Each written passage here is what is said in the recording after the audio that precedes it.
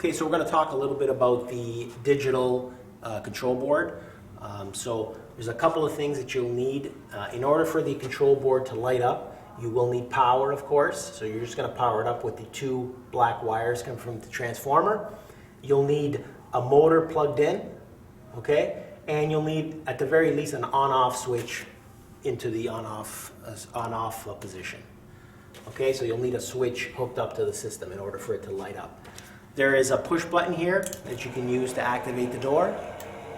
Okay, there's a little slide switch here. It's run and in program. So in order for the operator to work, it must be in run. Okay, if you were to slide it into program and hit the button, it will not activate.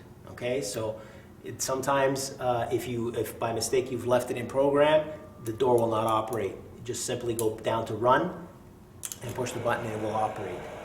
Now, if you ever have to make any changes, so for example, the LED on the left is your function, okay, and you can refer to in your manual.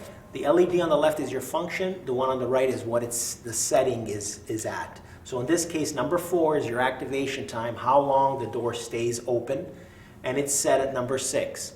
So if we wanted to up it and have the door stay open a little bit longer, you would simply slide the switch to program, and you have a pass and a set button.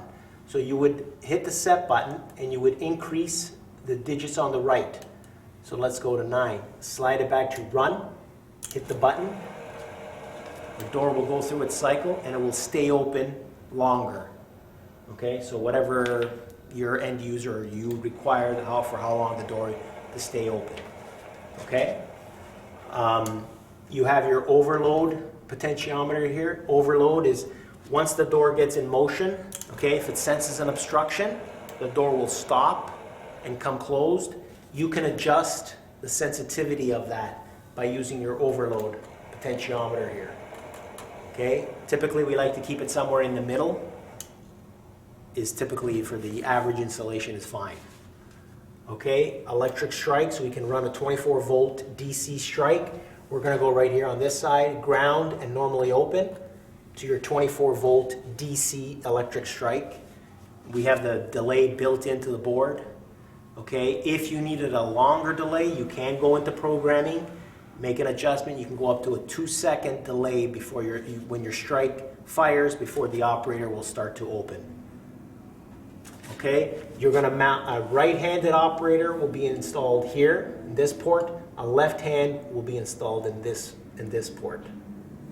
Okay, that's for all digital control boards. In this case, it happens to be a low-profile operator.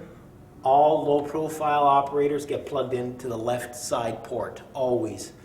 Because this is a non-handed unit, you can configure it any way you want it. Left-hand push, right-hand push, left-hand pull, right-hand pull. It's always plugged into the left side. You can get power from our unit. If you want to run a receiver or some safety sensors, you can get power from here, 24 volts.